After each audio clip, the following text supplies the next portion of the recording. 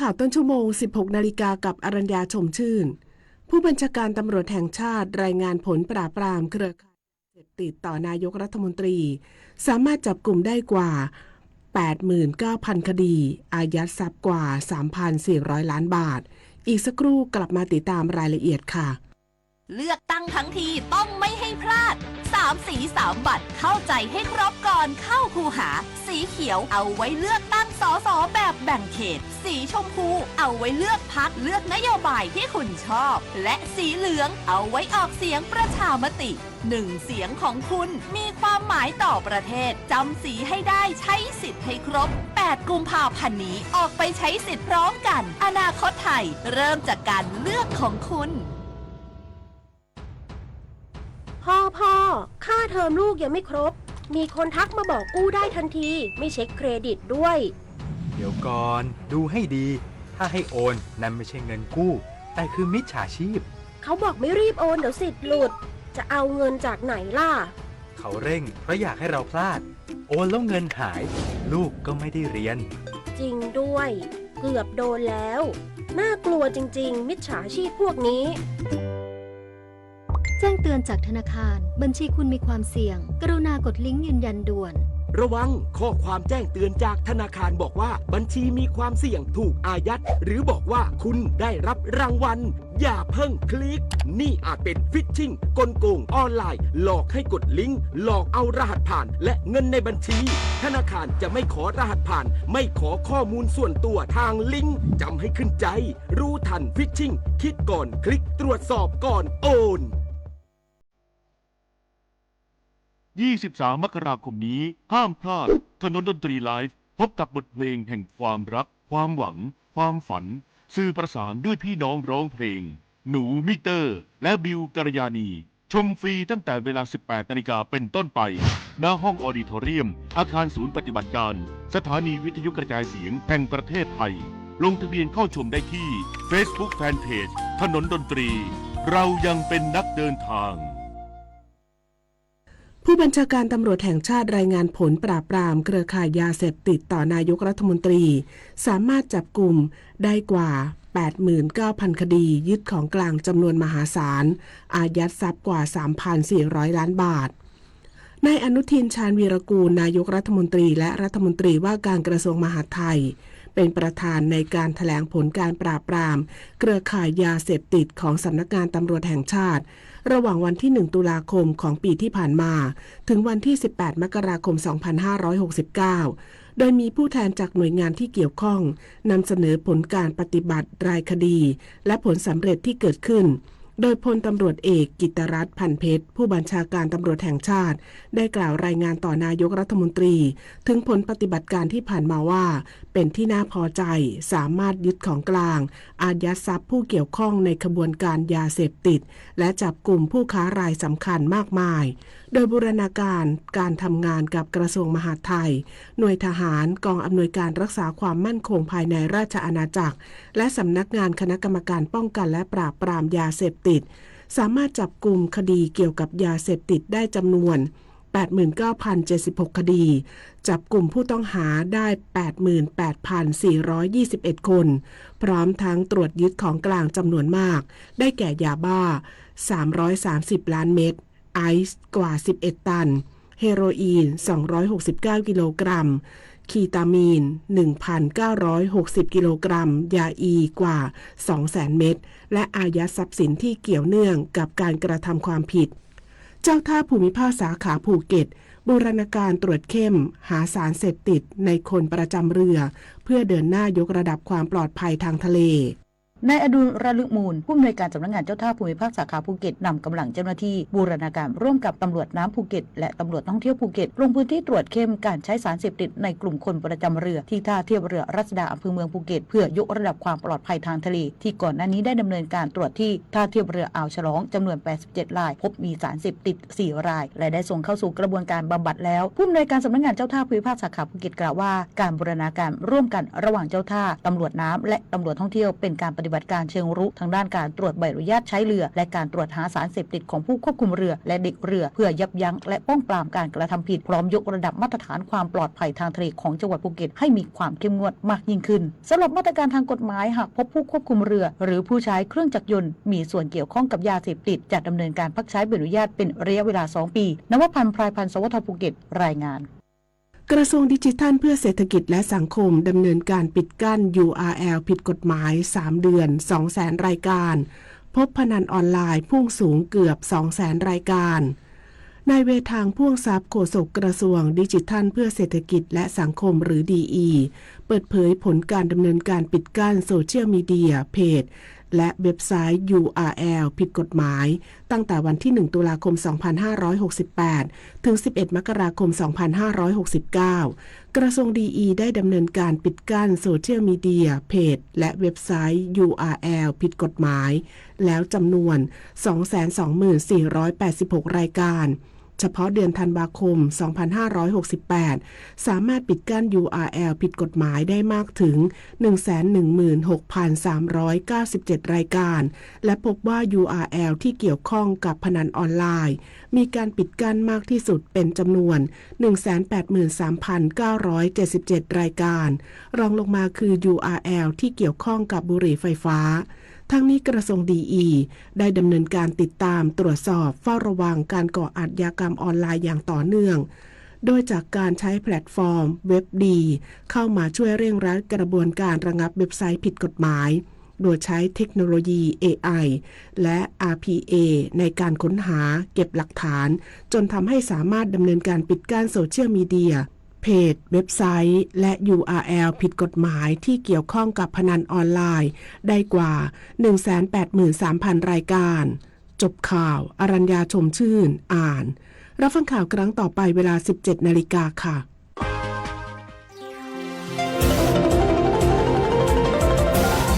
วิทยุแห่งประเทศไทยให้ความรู้คู่ความสุข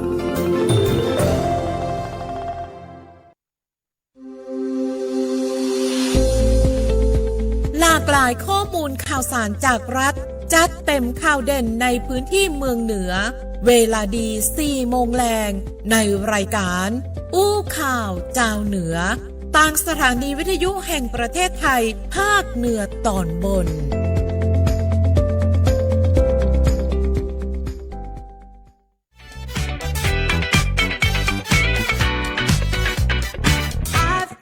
ข่าวเจ้าเหนือสวทแพร่ FM 91 เมกะเฮิรตซ์ดำเนินรายการโดยธนชัยสุวรรณกาศและพิรุณพรแสงสร้อย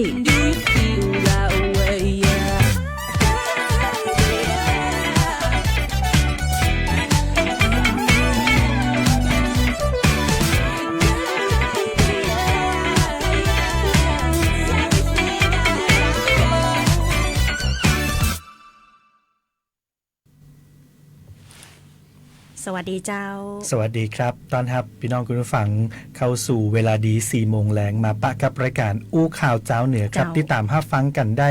เหมือนเดิมเป็นประจำครับผ่านทางสถานีวิทยุกระจายเสียงแห่งประเทศไทยใน8จังหวัดภาคเหนือตอนบน11สถานีครับเจ้าเวลาดี 4 โมงถึง 5 โมงเนาะ1ชั่วโมงตรงนี้ก็มาปะกับเฮา2คนนะเจ้าวันนี้ขออนุญาตสลับกับทางทีมงานของสวทพะเยานะเจ้านะก็เดี๋ยววันพุธเนาะวันพุธก็ไปติดตามกับพะเยานะเจ้าส่วนวันนี้เนาะตั้งสวทแปก็เป็นแม่คายนะเจ้าน้องปุ๋ยพิรุณพรแสงซอยเจ้าครับผมธนชัยสุวรรณกาศครับเฮา2คนทำหน้าที่นำข้อมูลข่าวสารในพื้นที่8จังหวัดภาคเหนือตอนบนของเฮามาฝากให้กับพี่น้องทุกท่านได้ติดตามรับฟังในช่วงเวลานี้นะครับนอกจากคลื่นวิทยุทั้ง11สถานีแล้วนะก็สามารถติดตามรับชมผ่านทางออนไลน์ใน Facebook ของแต่ละสถานีกันได้ครับเจ้าเฮาก็ไปเริ่มกันเลยดีกว่านะข้อมูลข่าวสารเพราะว่าเฮาอยู่ด้วยกันเกินชั่วโมงแต่ทำเกินชั่วโมงก็จะเป็นรายการใต้ร่มพระบารมีนะเจ้าไปติดตามกันในช่วงแรกครับกับข่าวสารบ้านเฮาเจียงใหม่ลำพูนลำปางแม่ฮ่องสอนครับ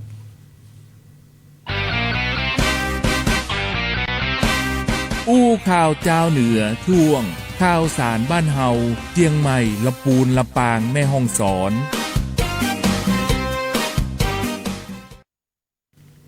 กลับเข้ามาในช่วงของข่าวสารบ้านเฮานะเจ้าอู้ข่าวในเหนือหนึ่งที่เฮาห้องกันนะเจ้าก็วันนี้เนาะในช่วงแรกนี่ก็เริ่มกับ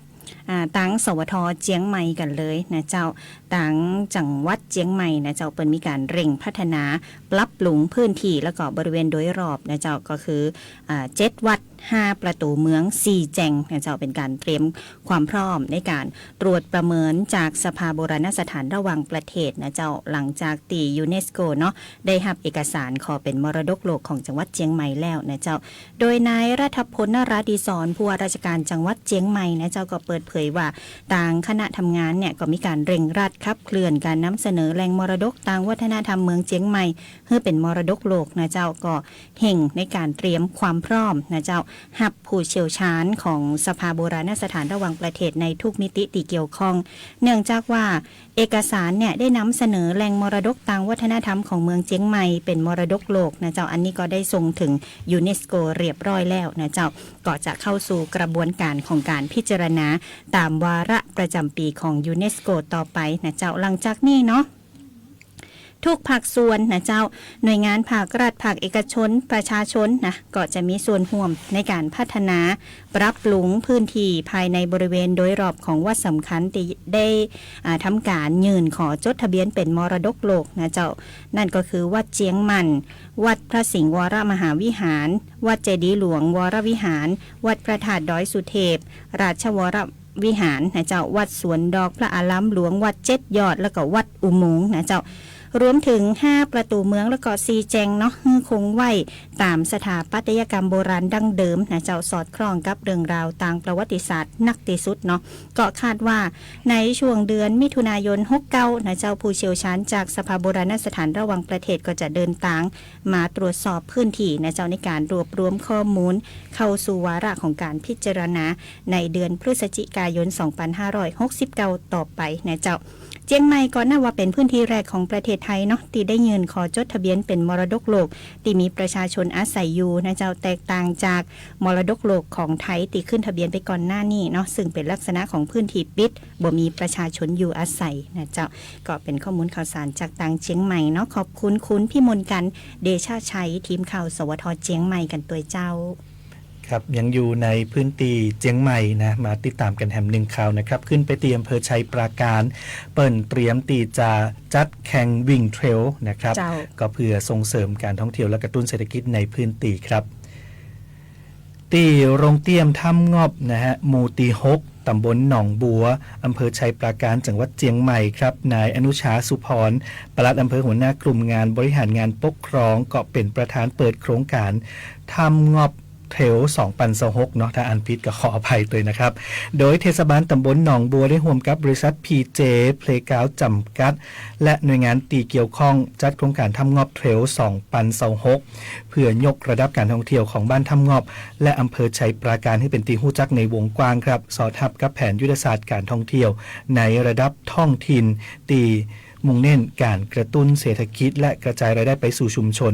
จุดเด่นสำคัญของถ้ำงอบเทรล2026ก็คือว่าเป็นต้นแบบการท่องเที่ยวเชิงสันทนาการที่มีคุณภาพและยั่งยืนครับเปิดให้ความสำคัญกับมิติด้านสิ่งแวดล้อมผ่านกิจกรรมอนุรักษ์ธรรมชาติตีมุ่งลดปริมาณก๊าซคาร์บอนไดออกไซด์จากการทำกิจกรรมของมนุษย์ให้ได้นักที่สุดและนอกจากนี้ก็ยังเป็นการส่งเสริมให้ประชาชนหันมาใส่ใจสุขภาพสร้างภูมิคุ้มกันโรคผ่านการวิ่งออกกำลังกายและก็ยังจะเปิดโอกาสให้คนในชุมชนเนี่ยได้มีส่วนร่วมกับกิจกรรมอย่างแท้จริงสำหรับการแข่งขันในปีนี้นะครับเปิ่นแบ่งระยะต่างการแข่งขันเนี่ยออกเป็น4ประเภทเพื่อที่จะสามารถรองรับนักวิ่งได้ในทุกระดับก็มีระยะต่าง35กิโลเมตร20กิโลเมตร10กิโลเมตรแล้วก็3กิโลเมตรครับภายในงานเนี่ยก็คึกคักเนาะมีนักวิ่งทั้งชาวไทยและก็ชาวต่างชาติให้ความสนใจมาร่วมกิจกรรมนักกว่า 1,000 คนด้วยกันครับก็เป็นกิจกรรมส่งเสริมการท่องเที่ยวพร้อมกับการออกกำลังกายด้วยเนาะตีอำเภอชัยปราการจังหวัดเชียงใหม่ครับขอบคุณคุณถนอมสีแก้วเลิศผู้สื่อข่าวทีมข่าวสวท.ฝางครับ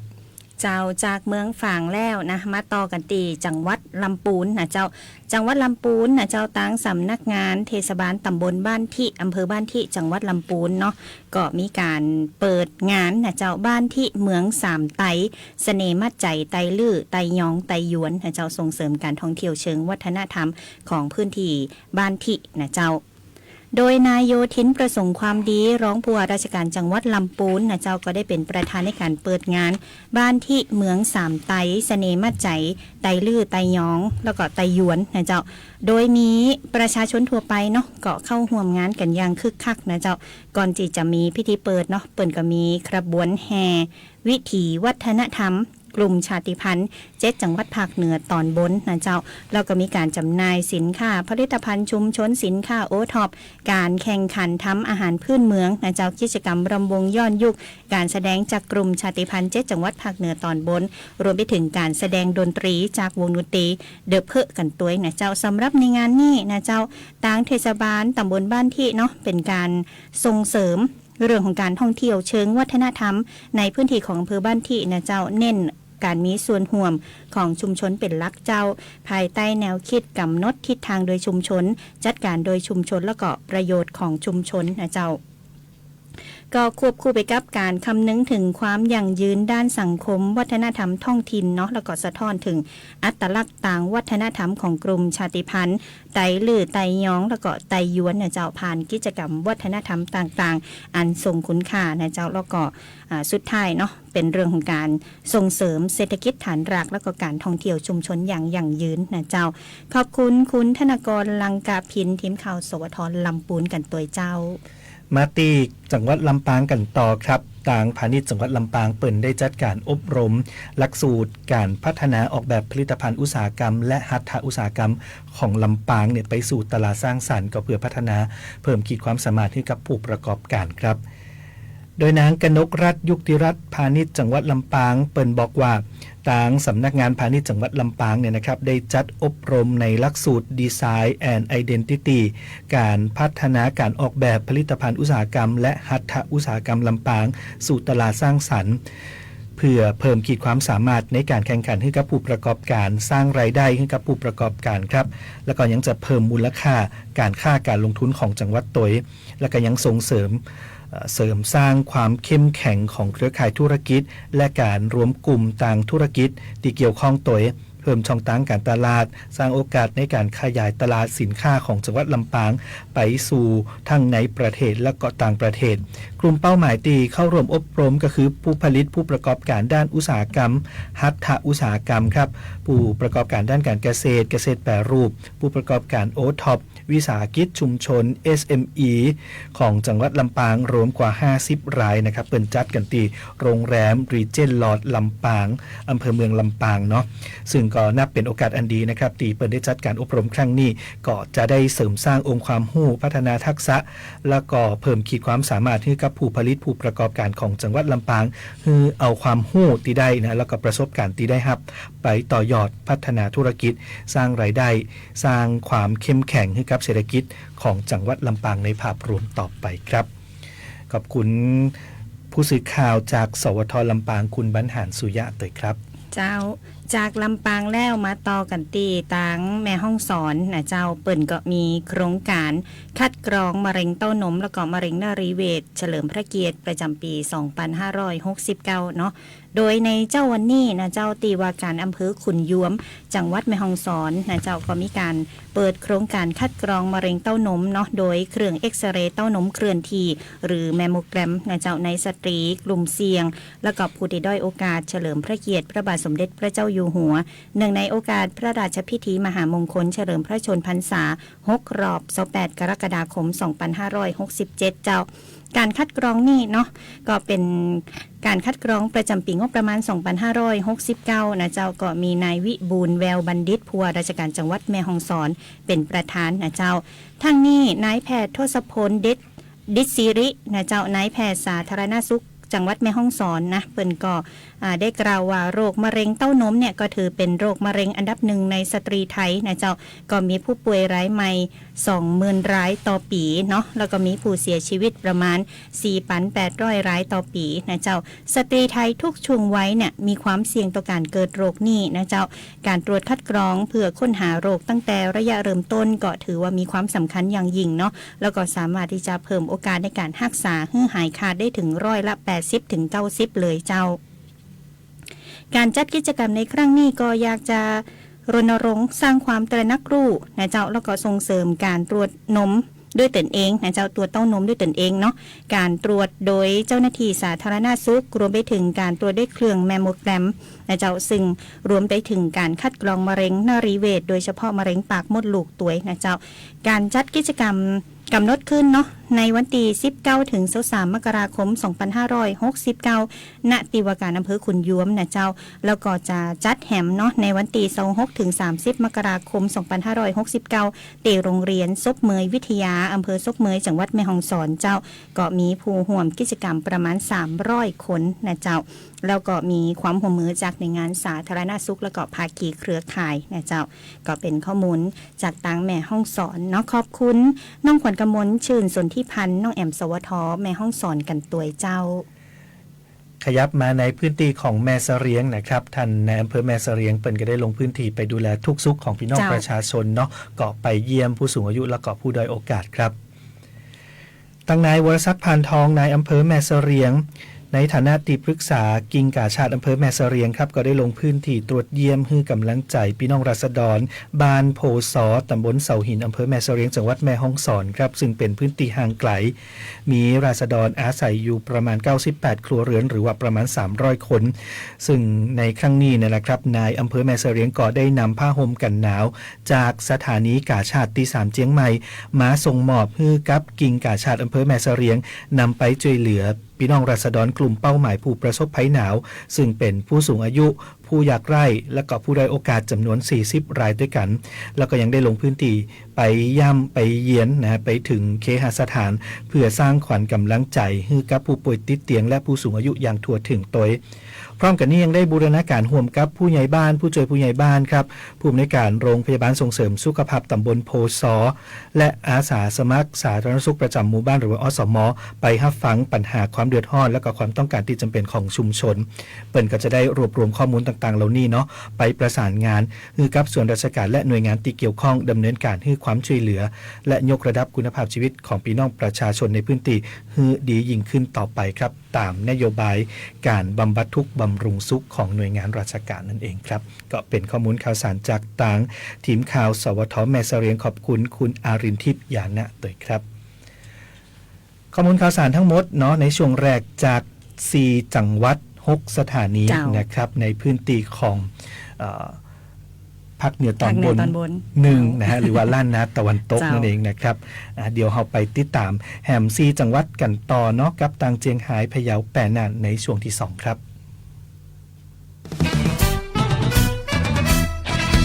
อู้ข่าวเจ้าเหนือช่วงข่าวสารบ้านเฮาเจียงไฮ้พะเยาแปะน่านกลับเข้ามาในช่วงของรายการอู้ข่าวเจ้าเหนือนะเจ้าข่าวสารบ้านเฮาเนาะเจียงไฮ้พะเยาแปะน่านนะเจ้าเริ่มกันที่เจียงไฮ้นะเจ้าเจียงไฮ้เนาะวันนี้นะเจ้าขออภัยเจ้าตะวันนี่นะที่ศาลาบำเพ็ญกุศลวัดเทพนิมิตรสุดเขตสยามอำเภอเจียงของจังหวัดเจียงไฮ้นะเจ้านายชูชีพพงชัยผู้ว่าราชการจังหวัดเจียงไฮ้นะเจ้าก็ได้เป็นประธานในพิธีบำเพ็ญพระราชกุศลในการออกเมนพระพรหมวชิรคุณหรือว่าหลวงปู่ไพบูลย์สุมังคโลนะเจ้าอดีตเจ้าอาวาสวัดเทพนิมิตรสุดเขตสยามเนาะพระเถระผู้เป็นตีเคารพศรัทธาของพุทธศาสนิกชนในจังหวัดเจียงไฮ้แล้วก็พื้นที่ใกล้เคียงนะเจ้าก็มีนายประสงค์ล่าออนรองผู้ว่าราชการจังหวัดเจียงไฮ้พร้อมกับหัวหน้าส่วนราชการข้าราชการคณะสงฆ์หลายพื้นที่ศิษยานุศิษย์แล้วก็พุทธศาสนิกชนจำนวนมากนะเจ้าเข้าร่วมพิธีด้วยความสงบสำรวมแล้วก็สำนึกในพระคุณของหลวงปู่นะเจ้าโดยพิธีก็ดำเนินการไปตามแบบแผน พระราชประเพณีนะเจ้ามีการเจริญพระพุทธมนต์ถวายจตุปัจจัยทายธรรมแล้วก็ประกอบพิธีทางศาสนาท่ามกลางบรรยากาศตีเต็มไปด้วยความอาลัยและก็ความโศกเศร้านะเจ้าผู้ร่วมพิธีเนาะพร้อมใจกันแสดงความเคารพเป็นครั้งสุดท้ายนะเจ้าเพราะว่าท่านเนี่ยทรงเป็นผู้ทรงคุณูปการต่อพระพุทธศาสนาและสังคมนะเจ้าของพื้นที่เมืองพะเยาขออภัยเจ้าเมืองเจียงไฮ้ตัวนะโอกาสนี้นะเจ้าพระบาทสมเด็จพระเจ้าอยู่หัวทรงพระกรุณาโปรดเกล้าโปรดกระหม่อมนะเจ้าเฮอนายอัธนิธิดิษฐอำนาจองคมนตรีเป็นผู้แทนพระองค์ในพิธีพระราชทานเพลิงนะเจ้าของหลวงปู่ไพบูลย์สุมังคโลในวันจันทร์ที่19มกราคม2569ในช่วงเวลา 16 นาฬิกาตีเมนชั่วคราวนะเจ้าวัดเทพนิมิตรสุดเขตสยามนะเจ้าก็เป็น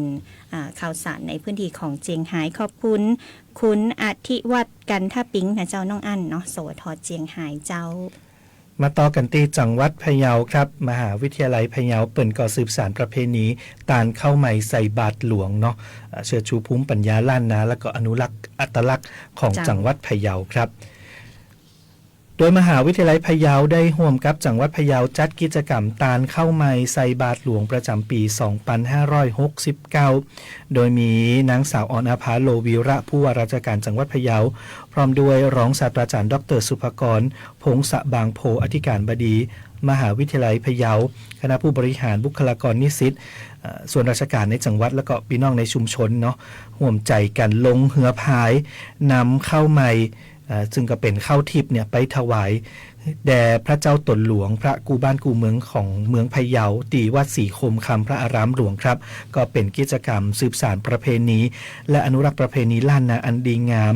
เสริมสร้างความฮักความสามัคคีในชุมชนครับกิจกรรมตาลเข้าไม้ใส่บาทหลวงนั่นเป็นกิจกรรมตีตางมหาวิทยาลัยพะเยาจัดขึ้นเป็นประจำทุกปีเปิ่นได้มีการตั้งขบวนแห่เข้าไม้ใส่บาทหลวงตังน้ำในกว้านพะเยา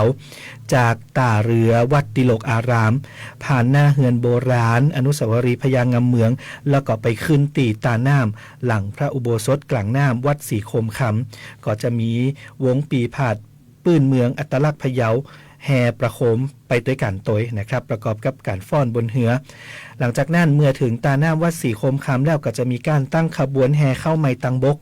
ตีหน้าพระอุโบสถกลางน้ำก็จะมีคณะผู้บริหารบุคลากรหัวหน้าส่วนราชการผู้แทนชุมชนนิสิตของมหาวิทยาลัยพะเยาเนี่ยถือขันตาลขันข้าวติบเครื่องสักการะและผานข้าวติบเสลียงบาทหลวงและอุปกรณ์ประกอบขบวนเคลื่อนไปยังพระวิหารพระเจ้าตนหลวงเมื่อถึงหน้าพระวิหารแล้วคณะจังฟ้อนเปิ่นก็จะมีฟ้อนหับขบวนแห่โดยแล้วก็ผู้เข้าร่วมกิจกรรมก็จะได้เข้าไปยังพระวิหารเพื่อประกอบพิธีถวายข้าวติบพระเจ้าตนหลวงภายในพระวิหารต่อไปประเพณีตาลเข้าไม้เนี่ยก็ถือว่าเป็นมรดกทางวัฒนธรรมและภูมิปัญญาของเจ้าเหนือเนาะตีสะท้อนความผูกพันระหว่างเกษตรกรธรรมชาติและสิ่งศักดิ์สิทธิ์บอกเคยเลือนหายไปตามเวลาครับโดยมหาวิทยาลัยพะเยาเนี่ยก็ได้ฟื้นฟูขึ้นมาในช่วงปี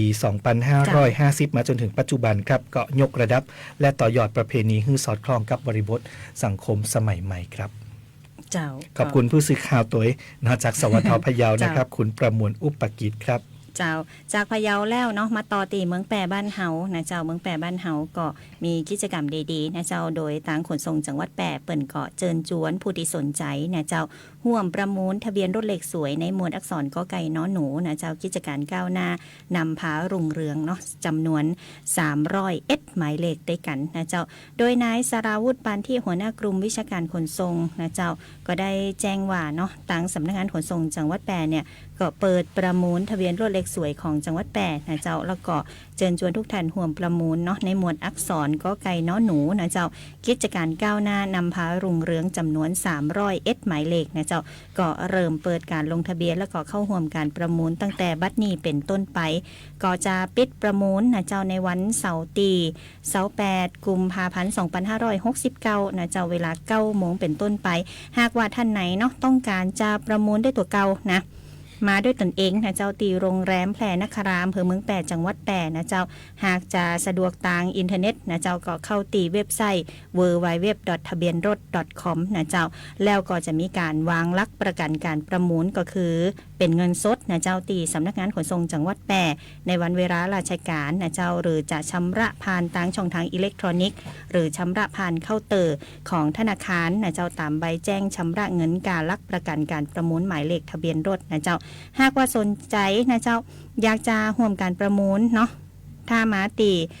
แปรนครานะเจ้าเตรียมบัตรประจำตัวประชาชนสำเนาบัตรประจำตัวประชาชนแล้วก็สำเนาหนังสือรับรองการจดทะเบียนนิติบุคคลมาตัวนะหรือสำเนาหนังสือเดินทางหรือหนังสือมอบอำนาจนะเจ้าก็สามารถมาร่วมกิจกรรมกันได้เนาะในวันเสาร์ที่28 กุมภาพันธ์ 2569นะเจ้าตีโรงแรมแปรนคราอำเภอเมืองแปรจังหวัดแปรนะเจ้าสอบถามเพิ่มเติมได้ตีสายด่วน1584นะเจ้าแล้วก็บดีลืมเนาะท่านตีมาประมูลก็เตรียมสตังค์มาตัว เพื่อว่าท่านชนะการประมูลนะเจ้าก็จะมีการทำสัญญาแล้วก็การชำระนาทีประมูลเลยนะเจ้าก็เชิญชวนแล้วกันเนาะทางพื้นที่ในเมืองแปรเองนะหรือว่าพี่น้องในจังหวัดอื่นๆอยากจะได้ทะเบียนแปรไปติดรถนะก็ร่วมประมูลกันได้นะเขามีประมูลทางออนไลน์กันตัวเปิดบอกว่าอันทะเบียนเนี่ยก็สามารถที่จะมอบเป็นมรดกให้ลูกหลานได้แหมนะเจ้าเองเนาะกนเนาะเจ้ากนนะเจ้าก็ไก่นอหนูนะกิจการก้าวหน้านำพารุ่งเรืองนะเจ้าก็จะได้ร่ำได้รวยกันครับพิธากันที่จังหวัดน่านนะครับทางตำรวจสืบสวนจังหวัดน่านก็ได้สกัดจับนะขบวนการลำเลียงยาเสพติดรายใหญ่นะเป็นยึดยาบ้าได้กว่า10 ล้านเม็ดครับการปฏิบัติการสกัดจับกลุ่มขบวนการลำเลียงยาเสพติดรายใหญ่ครั้งนี้ครับภายใต้การอำนวยการของพลตำรวจโทกฤตาพลยีสาครผู้บัญชาการตำรวจภูธรภาค5นะฮะพร้อมด้วยผู้บังคับบัญชาและก็เจ้าหน้าที่ชุดสืบสวนจากหลายหน่วยเนี่ยสามารถจับกลุ่มผู้ต้องหาได้1 รายนะครับนั่นก็คือนายชนะชนสงสิริชัยอายุ46 ปีจากอำเภอแม่เมาะจังหวัดลำปางพร้อมของกลางเป็นยาบ้า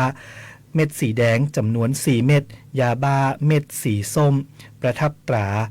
WY นะครับบรรจุในถุงพลาสติกสีดำ40 ถุงรวมแล้วประมาณ10 ล้านเม็ดครับพร้อมกับรถบรรทุก10 ล้อยี่ห้อฮีโน่นะฮะ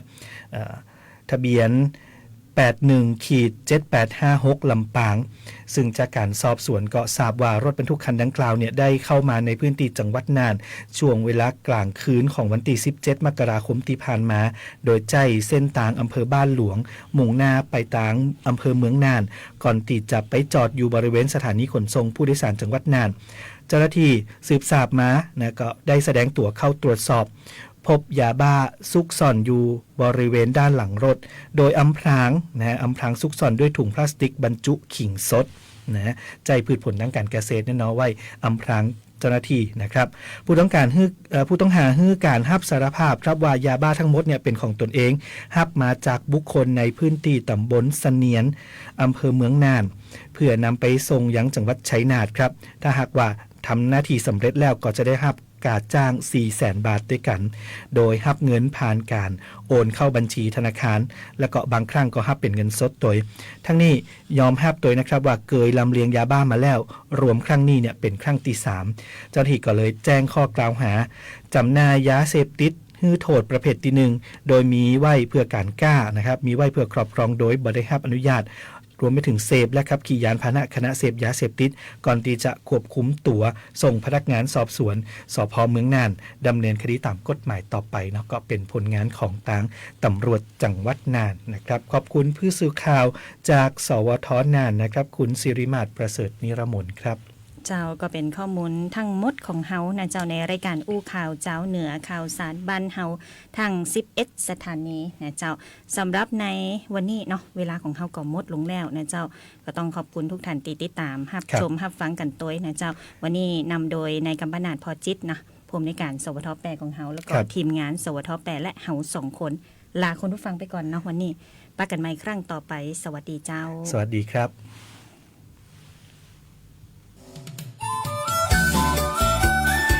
ติดตามรับฟังรายการอู้ข่าวเจ้าเหนือได้ทุกวันจันทร์ถึงวันศุกร์เวลาดี 4 โมงแรงทางสวท.ลำปาง FM 97 เมกะเฮิรตซ์ สวทละปูน FM 95 เมกะเฮิรตซ์สวทพะเยา FM 95.25 เมกะเฮิรตซ์สวทแป้ FM 91 เมกะเฮิรตซ์สวทน่าน FM 94.75 เมกะเฮิรตซ์สวทเชียงใหม่ FM 98 เมกะเฮิรตซ์และ AM 639 กิโลเฮิรตซ์สวทฝาง FM 89.25 เมกะเฮิรตซ์สวทเจียงไฮ้ FM 95.75 เมกะเฮิรตซ์สวทแม่ฮ่องสอน FM 104 เมกะเฮิรตซ์สวทแม่เสเรียง FM 90.5 เมกะเฮิรตซ์และสวทเพื่อการเรียนรู้และเตือนภัยภาคเหนือ AM 549 กิโลเฮิรตซ์และเพจ Facebook ของแต่ละสถานีเนอร์ครับ ไปกันที่เมืองลำปางไปกันที่เมืองลำปางเครื่องปั้นลือน้ำถ้วยชามกาไก่นั่งรถมาปะ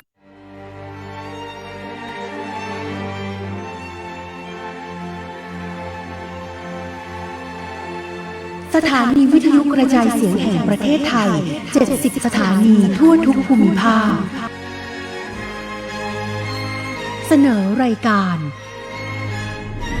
ใต้ร่มพระบารมี พระพันปีหลวง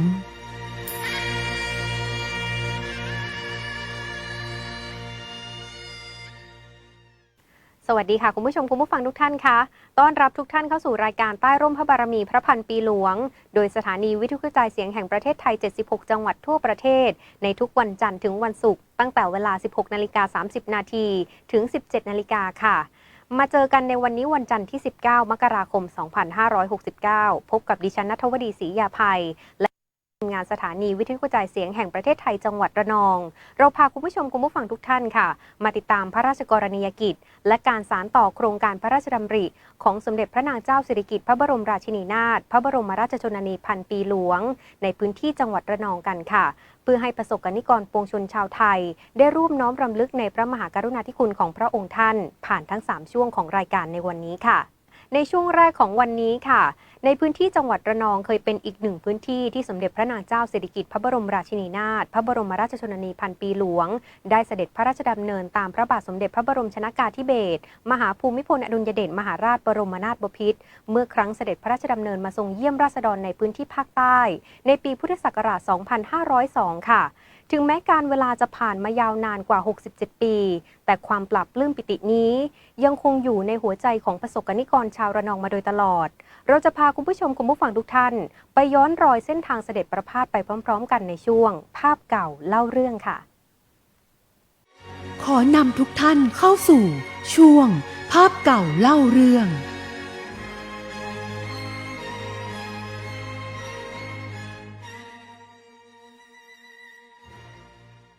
สำหรับการเสด็จพระราชดำเนินเยี่ยมราษฎรจังหวัดระนองนะครับของพระบาทสมเด็จพระบรมชนกาธิเบศรมหาภูมิพลอดุลยเดชมหาราชบรมนาถบพิตรและสมเด็จพระนางเจ้าสิริกิติ์พระบรมราชินีนาถพระบรมราชชนนีพันปีหลวงก็ได้มีขึ้นเมื่อปี 2502 นะครับซึ่งเป็นการเสด็จเยี่ยมราษฎรภาคใต้ครั้งแรกในรัชกาลนะครับซึ่งการเสด็จในครั้งนั้นก็ได้เริ่มต้นเมื่อวันที่ 6 มีนาคมพุทธศักราช 2502 นะครับทั้งสองพระองค์ได้เสด็จพระราชดำเนินจากกรุงเทพมหานครโดยขบวนรถไฟพระที่นั่งจากสถานีรถไฟหลวงจิตรลดามายังสถานีรถไฟจังหวัดชุมพรเป็นจังหวัดแรกนะครับแล้วก็ทั้งสองพระองค์ได้เสด็จเยี่ยมราษฎรจังหวัดชุมพรและก็ได้เสด็จประทับแรมที่จังหวัดชุมพรในวันที่ 6 มีนาคม 2502 นะครับในวันรุ่งขึ้นคือวันที่ 7 มีนาคม 2502 ทั้งสองพระองค์ได้เสด็จพระราชดำเนินต่อมายังจังหวัดระนองโดยรถยนต์พระที่นั่งนะครับโดยในเวลาเช้านะครับทั้งสองพระองค์ได้เสด็จพระราชดำเนินจากค่ายทหารบกชุมพรมายังจังหวัดระนองถึงซุ้มต่อเขตจังหวัดชุมพรระนองเมื่อเวลาประมาณ 11:23 น.ณที่นั้นปลัดกระทรวงมหาดไทยได้กราบบังคมทูลพระกรุณานำนายพันสายตระกูลผู้ว่าราชการจังหวัดระนองทูลเกล้าทูลกระหม่อมถวายพระแสงราชสัตราประจำจังหวัดระนองหลังจากนั้นทั้งสองพระองค์ได้เสด็จไปทอดพระเนตรศิลาจารึกพระปรมาภิไธยย่อของพระบาทสมเด็จพระจุลจอมเกล้าเจ้าอยู่หัวรัชกาลที่ 5ที่ได้ทรงจารึกไว้เมื่อครั้งเสด็จมายังจังหวัดระนองเมื่อปีพุทธศักราช 2433 นะครับทั้งสองพระองค์ได้ทรงจารึกพระปรมาภิไธยย่อ พปรนะครับและพระนามาพิไทยย่อสกไว้บนก้อนศิลาสลักใกล้ๆกับศิลาเดิมนะครับหลังจากนั้นได้เสด็จพระราชดำเนินต่อไปยังพระพลาที่ว่าการอำเภอกระบุรีนะครับเมื่อถึงอำเภอกระบุรีแล้วปลัดกระทรวงมหาดไทยได้กราบบังคมทูลพระกรุณานำในอำเภอกระบุรีเข้าเฝ้าทูลละอองธุลีพระบาทในอำเภอกระบุรีได้นำเสด็จเยี่ยมราษฎรอำเภอกระบุรีนะครับแล้วก็ทั้งสองพระองค์ได้เสด็จเสวยกายาหารที่ณที่ว่าการอำเภอกระบุรีนะครับในช่วงบ่ายก็จะได้เสด็จพระราชดำเนินจังหวัดระนองต่อไปครับในช่วงบ่ายนะครับเวลาประมาณ 14 นาฬิกาทั้งสองพระองค์ก็ได้เสด็จพระราชดำเนินจากที่ว่าการอำเภอกระบุรีนะครับต่อมายังอำเภอเมืองระนองโดยในระหว่างทางได้เสด็จทอดพระเนตรเรือขุดแร่ของบริษัทไซมิสตินซินดิเคตจำกัดตำบลบางนอนอำเภอเมืองจังหวัดระนองนะครับซึ่งเป็นเรือขุดแร่ลำเดียวที่อยู่ใกล้กับทางหลวงเส้นทางเสด็จนะครับทั้งสองพระองค์ได้เสด็จพระราชดำเนินถึงนะครับเมื่อเวลาประมาณ 14 นาฬิกา 58 นาทีณที่นั้นได้เสด็จทอดพระเนตรกิจการบนเรือขุดแร่นะครับโดยมีอธิบดีกรมโลหะกิจได้กราบบังคมทูลถวายคำอธิบายเกี่ยวกับกิจการต่างๆของเหมืองแร่ในภาคใต้นะครับแล้วก็ได้เสด็จทอดพระเนตรการทำงานของเรือขุดแร่นะครับหลังจากนั้นนะครับประมาณ 15 นาฬิกา 18 นาทีทั้งสองพระองค์ก็ได้เสด็จพระราชดำเนินต่อมายังจวนผู้ว่าราชการจังหวัดระนองนะครับซึ่งทางจังหวัดระนองได้จัดถวายเป็นที่ประทับแรมนะครับโดยได้เสด็จพระดำเนินถึงเมื่อเวลาประมาณ 15 นาฬิกา 35 นาทีทั้งสองพระองค์ได้เสด็จเข้ามาพักผ่อนพระราชอิริยาบถนะครับภายในจวนผู้ว่าราชการจังหวัดระนองหลังจากนั้นประมาณ 16 นาฬิกา 30 นาทีทั้งสองพระองค์ก็ได้เสด็จพระราชดำเนินจากจวนผู้ว่าราชการจังหวัดระนองไปทรงวางพวงดอกไม้ที่บริเวณสุสานต้นตระกูลนรนองนะครับซึ่งเป็นสุสานของพระยาดำรงสุจริตมหิศรภักดีคอสุเจียงนะครับซึ่งเป็นเจ้าเมืองระนองโดยบริเวณนั้นนะครับก็จะมีตระกูลนรนองนะครับรวมทั้งลูกหลานผู้สืบสกุลของพระยาดำรงสุจริตมหิศรภักดีได้เข้าเฝ้าทูลละอองธุลีพระบาทรับเสด็จนะครับโดยมีพระยาปริพัฒน์ภูบาลท่านคอยุเหลนรนองนะครับเป็นตัวแทนตระกูลนรนองในการเฝ้ารับเสด็จนะครับจากนั้นได้เสด็จพระดำเนินต่อไปยังโรงเรียนประจำจังหวัดระนองพิชัยรัตนาคารนะครับซึ่งณที่นั้นผู้ว่าราชการจังหวัดระนองได้กราบบังคมทูลข้าราชการนะครับพร้อมด้วย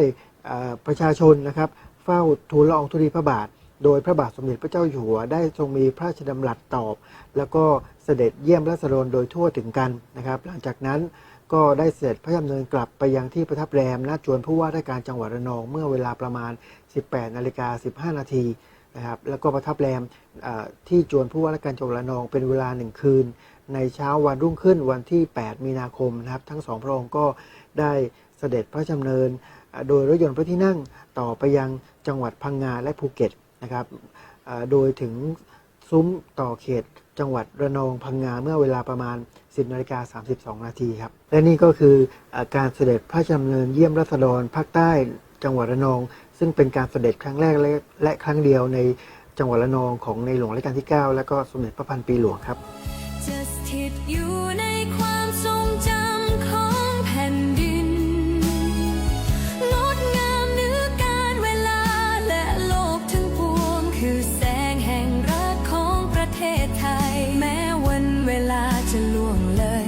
แต่พระองค์ยังคงเป็นแกนบันดาลใจไม่เสื่อมคลาย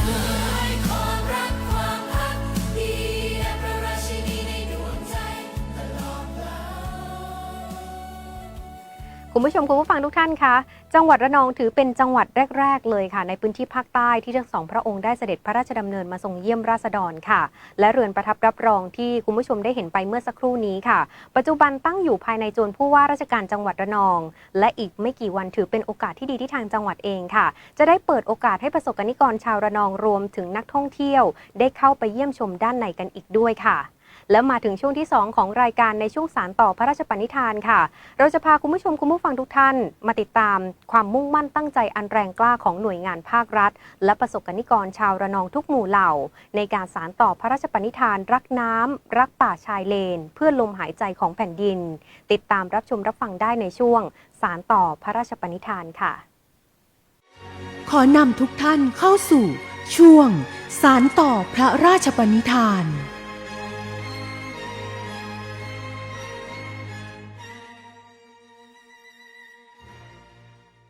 ทะเลฟ้ากว้างและชายฝั่งทะเลอันดามันของไทยแต่เบื้องหลังคลื่นและลมมีป่าชนิดหนึ่งที่เงียบงันคือผืนป่าชายเลนระนองผืนป่าที่อุดมด้วยชีวิตผืนป่าที่เชื่อมทะเลเชื่อมป่าเขาและปกป้องชายฝั่งเปลี่ยนไปด้วยพลังที่ยิ่งใหญ่ป่าที่คอยรับแรงคลื่นแทนเราป่าที่เปิดพื้นที่ให้กุ้งหอยปูปลาได้เติบโตป่าชายเลนพื้นป่าอันล้ำค่าที่สมเด็จพระนางเจ้าสิริกิติ์พระบรมราชินีนาถพระบรมราชชนนีพันปีหลวงทรงห่วงใยมาตลอดพระชนชีพสมเด็จพระนางเจ้าสิริกิติ์พระบรมราชินีนาถพระบรมราชชนนีพันปีหลวงทรงตรัสไว้อย่างชัดเจนและหนักแน่นป่าชายเลนนี้อย่าทำลายเลยขอให้ข้าพเจ้าเถอะให้เป็นป่าชายเลนอย่างเดิมเพื่อความยั่งยืนของประเทศไทยเองจากพระราชดำริสู่การลงมือทำที่จังหวัดระนองไม่ได้หยุดแค่ความประทับใจ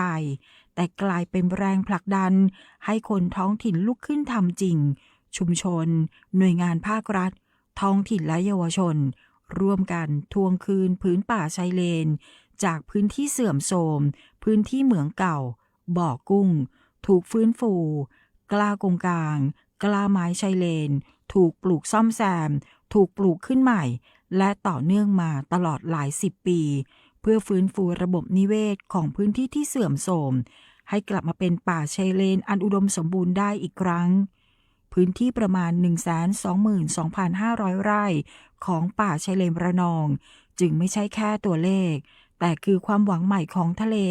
และวิถีชีวิตของคนริมฝั่งในจังหวัดระนองพื้นที่ป่าชายเลนระนองเป็นพื้นที่ป่าชายเลนพื้นใหญ่ที่สุดในภูมิภาคเอเชียแปซิฟิกเป็นพื้นที่ที่มีความหลากหลายทางชีวภาพสูงมากเป็นพื้นที่ที่ยังมีต้นไม้ป่าธรรมชาติที่ดั้งเดิมเป็น primary mangrove forest ก็คือป่าธรรมชาติเลยนะครับยังคงเหลืออยู่นะครับมีต้นกงคางยักษ์ขนาดใหญ่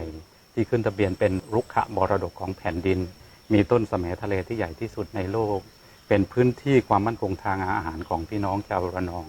และอีกหลายอย่างนะครับณวันนี้สถานะของพื้นที่ป่าเป็นอย่างนี้นะครับแต่ว่าไม่ใช่อยู่ๆมันเป็นอย่างนี้มาโดยตลอดก่อนที่จะมาถึงวันนี้มันก็ผ่านความรุ่งเรืองผ่านวิกฤตนะครับผ่านความเสื่อมโทรมนะครับมาแต่ว่าพี่น้องชาวระนองนะครับประชาชนชาวไทยรวมถึงชาวต่างประเทศเนี่ยได้ช่วยกันกู้คืนผืนป่าจนปัจจุบันเนี่ยเป็นป่าที่อุดมสมบูรณ์แล้วก็มีความสวยงามแล้วก็มีนิเวศบริการที่สูงนะครับนิเวศบริการก็หมายถึงประโยชน์ในทุกๆด้านของป่าชายเลนที่ให้กับชุมชนให้กับประเทศให้กับโลกและสิ่งที่เติมพลังให้การอนุรักษ์นี้ยั่งยืนคือเด็กๆเยาวชนระนองมือเล็กๆจับกล้าไม้ในโคลนปลูกต้นกงกลางใบใหญ่กงกลางใบเล็กและพันไม้อื่นๆอีกหลายชนิดด้วยความรักบ้านเกิดปลูกความตระหนักในคุณค่าป่าและสานต่อพระราชดำริจากรุ่นสู่รุ่นเมื่อพวกเขาเติบโตป่าชายเลนระนองจะยิ่งเติบโตไปพร้อมกับพวกเขาพื้นป่าชายเลนระนองจะเป็นมรดกที่มั่นคงให้กับทะเลอันดามันให้กับชีวิตให้กับลูกหลานไทยทุกคนเมื่อป่าชายเลนเติบโตทะเลก็กลับมาอุดมสมบูรณ์รายได้ของครอบครัวประมงมีกินมีใช้ชุมชนเข้มแข็งและประเทศชาติมั่นคงชายฝั่งไม่พังทลายและธรรมชาติได้รับการปกป้องทั้งหมดเริ่มต้นจากพระราชดำริอันยิ่งใหญ่ของสมเด็จพระนางเจ้าสิริกิติ์พระบรมราชินีนาถพระบรมราชชนนีพันปีหลวงวันนี้คือวันที่ชาวระนองภาคภูมิใจที่ได้ร่วมกันอนุรักษ์ผืนป่าชายเลนผืนใหญ่ของประเทศอันเป็นพลังของคนพลังของแผ่นดินและเราทุกคนจะร่วมกันรักษาให้เติบโตคู่แผ่นดินไทยตลอดไปใจปวงชนทรงสอนให้รู้ถึงความอดทนและเมตตาแม่สร้างทางให้คนไทยเดินด้วยศรัทธาให้แผ่นดินงามด้วยพระฤ ไทย มาถึงช่วงที่ 3 ของรายการค่ะเราจะพาคุณผู้ชมคุณผู้ฟังทุกท่านมาติดตามการสานต่อพระราชกรณียกิจของสมเด็จพระนางเจ้าสิริกิติ์พระบรมราชินีนาถพระบรมราชชนนีพันปีหลวงด้านงานการอนุรักษ์ทรัพยากรธรรมชาติและสิ่งแวดล้อมจากป่าชายเลนสู่แบรนด์รักป่าเลนโมเดลชุมชนเหงาในพื้นที่จังหวัดระนองกันค่ะติดตามรายละเอียดได้ในช่วงตามรอยพระเมตตาค่ะขอนำทุกท่านเข้าสู่ช่วงตามรอยพระเมตตา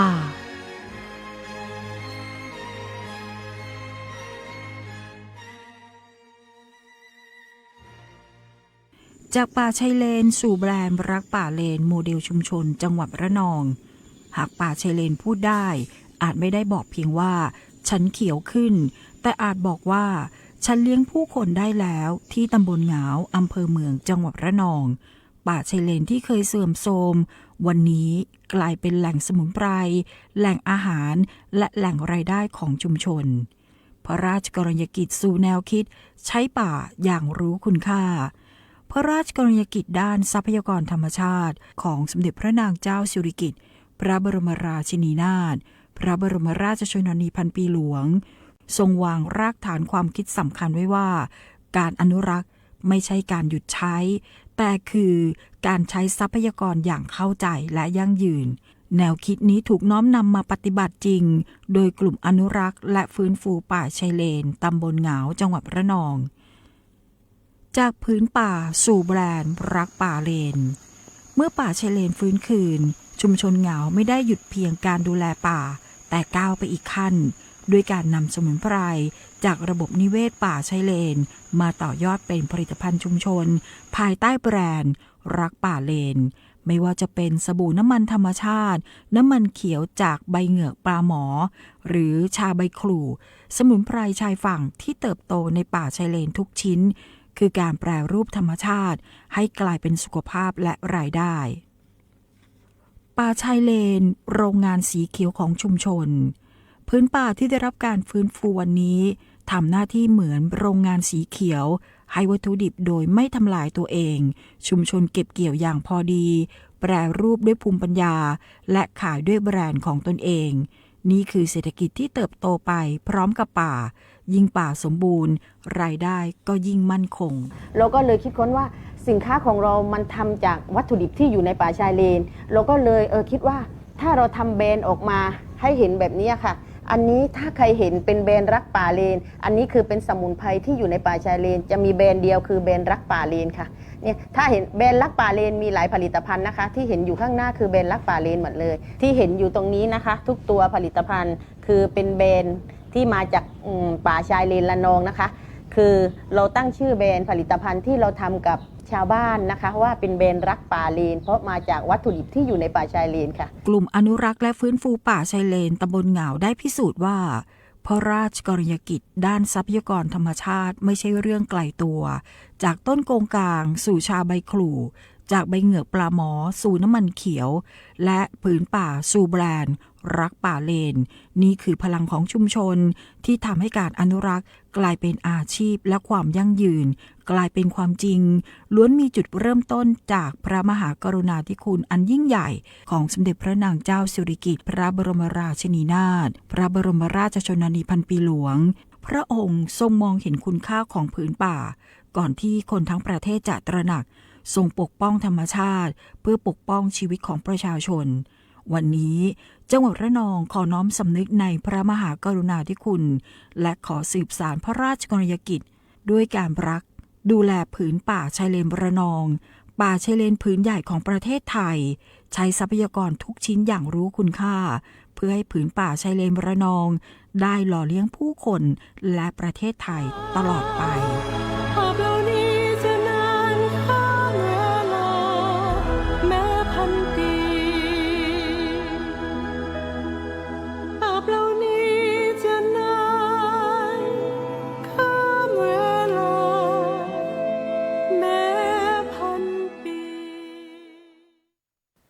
ด้วยสายพระเนตรอันกว้างไกลจนก่อให้เกิดโครงการพระราชดำริต่างๆอย่างมากมายในทุกแห่งหนอีกทั้งพระราชสวนีของพระองค์ท่านที่สะท้อนถึงพระเมตตาทำให้ทุกวันนี้คนสามารถอยู่กับป่า ป่าอยู่กับคนได้อย่างเข้าใจจนเกิดความยั่งยืนได้ในที่สุดนับเป็นพระมหากรุณาธิคุณอย่างหาที่สุดมิได้ค่ะคุณผู้ชมคุณผู้ฟังทุกท่านคะและนี่ก็คือเรื่องราวทั้งหมดที่ร้อยรวมหัวใจของประสบกนิกรชาวระนองทุกหมู่เหล่าในการที่จะร่วมสืบสานพระราชดำริของสมเด็จพระนางเจ้าสิริกิติ์พระบรมราชินีนาถพระบรมราชชนนีพันปีหลวงให้อยู่คู่กับประสบกนิกรชาวระนองสืบไปค่ะนี่ก็คือทั้งหมดของรายการค่ะสำหรับในวันพรุ่งนี้คุณผู้ชมผู้ฟังสามารถกลับมาติดตามรายการใต้ร่มพระบารมีพระพันปีหลวงได้ใหม่ในช่วงเวลา 16:30 น.จนถึงเวลา 17:00 น.กับสถานีวิทยุกระจายเสียงแห่งประเทศไทยจังหวัดนราธิวาสสำหรับวันนี้ดิฉันณัฐวดีศรียาภัยและทีมงานสถานีวิทยุกระจายเสียงแห่งประเทศไทยจังหวัดระนองลาคุณผู้ชมคุณผู้ฟังไปก่อนค่ะสวัสดีค่ะ